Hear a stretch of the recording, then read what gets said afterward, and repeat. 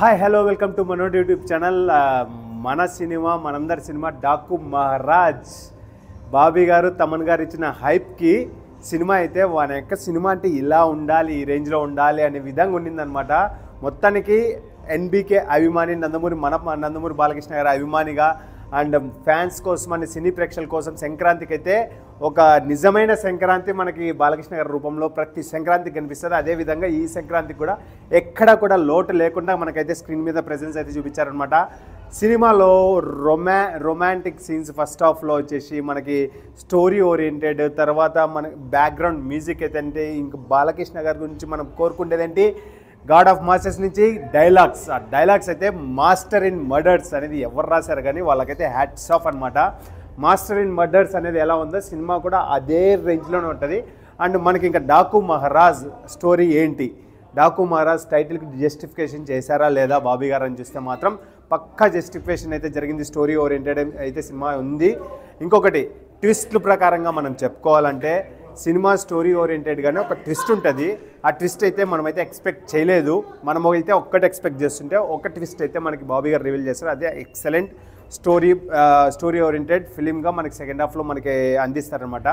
ఇంకా first half గురించి చెప్పుకోవాలంటే king of jungle, master in murders, మీ ప్రాంతం ఏదన్నప్పుడు అనంతపూర్ మాలూమ్ అనే డైలాగ్స్ కానీ, ఇంకా నువ్వు గర్జిస్తే బార్కింగ్, నేను గర్జిస్తే అని సింహం వచ్చి సింహంతో కూడిన వాయిస్ కానీ అలా డైలాగ్స్తో పాటు ఎక్సలెంట్ సినిమా.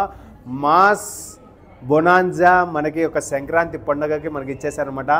మొత్తానికి బ్యాక్గ్రౌండ్ మ్యూజిక్ అయితే ఏంటి, స్క్రిప్ట్ రైటింగ్ అయితే ఏంటి, బాలకృష్ణ గారి యొక్క లుక్స్ అయితే ఏంటి, ప్రతి ఒక్క విషయంలోని చాలా జాగ్రత్తగా తీసుకొని బాబీ గారు ప్రేక్షకుల ముందుకి వదిలారనమాట. ఇంకా యాజ్ ఏ నందమూరి అభిమానిగా మనం ఏదైతే కోరుకుంటామో బాలకృష్ణ గారి గురించి మనకైతే పూర్తి బంపర్ ఆఫర్ మనకి సంక్రాంతికి ఇచ్చేశారు ముగ్గురు కలిపి. ఇంకా తమన్ గారి మ్యూజిక్ అయితే మనకి ఒక ఫైర్ ఎలా ఉంటుంది అంత దారుణంగా అయితే బాలకృష్ణ కనిపించినప్పుడు స్క్రీన్ ప్రెజెన్స్ కోసం మనం చూస్తున్నంతసేపు ఒక రేంజ్లో ఉంటుంది మనకి. ఎక్కడ ఇంకా ఫస్ట్ హాఫ్ గురించి చెప్పుకోవాలంటే ఫస్ట్ హాఫ్ అయితే only for fans and audience ఒక రేంజ్లో అనిపిస్తుంది. సెకండ్ హాఫ్ స్టోరీ ఓరియంటెడ్గా నడుస్తున్న టైంలో అయితే మనకి అక్కడక్కడ స్లో అవుతుంటూ వచ్చి సినిమా అయితే చాలా బాగుంటుంది. ప్రతి ఒక్కరు వెళ్ళి చూడదగిన సినిమా అయితే నేను కోరుకుంటా. ఈ సంక్రాంతికి ఒక మంచి సినిమా చూసిన అనుభూతి అయితే ప్రతి ఒక్కరు కలుగుతుంది. ఇంకా స్టోరీ లైన్ ఓరియంటెడ్ వచ్చేసి మన ఇంజనీర్ బాలకృష్ణ గారు ఒక ఇంజనీర్ అనమాట. అది బ్యాక్డ్రాప్లో చూపిస్తారు. అంటే వాటర్కి సంబంధించిన ఇంజనీర్.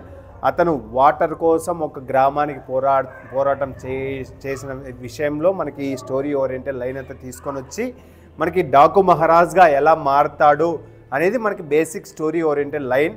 అండ్ మనకి ట్రైలర్లో చూపించిన విధంగా చిన్న పాపని బాలకృష్ణకి ఏంటి సంబంధము, ఇవన్నీ సినిమా చూస్తున్నంతసేపు మనం గెస్ట్ చేసుకుంటా, ఆ ఫైట్ సీన్స్ చూసుకుంటా, ఆ డైలాగ్స్ వినుకుంటా, ఆ పాట ఫస్ట్ హాఫ్లో వచ్చిన పాట, సెకండ్ హాఫ్లో వచ్చిన స్టోరీ ఓరియంటెడ్ పాటలు రెండు చూసుకుంటా మనకి సినిమా అనేది అలా సాగిపోతుంది అనమాట.